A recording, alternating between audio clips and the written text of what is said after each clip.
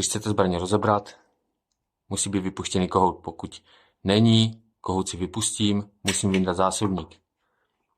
Stáhnu tyto dvě pojistky dolů, závěr dozadu lehce, pojistky stáhnu dolů a závěr vyndám. Vyndám pružinu, vyndám hlaveň, mám rozborku hotovou. Složení zbraně, vezmu závěr, hlaveň vložím do závěru, vratnou pružinu,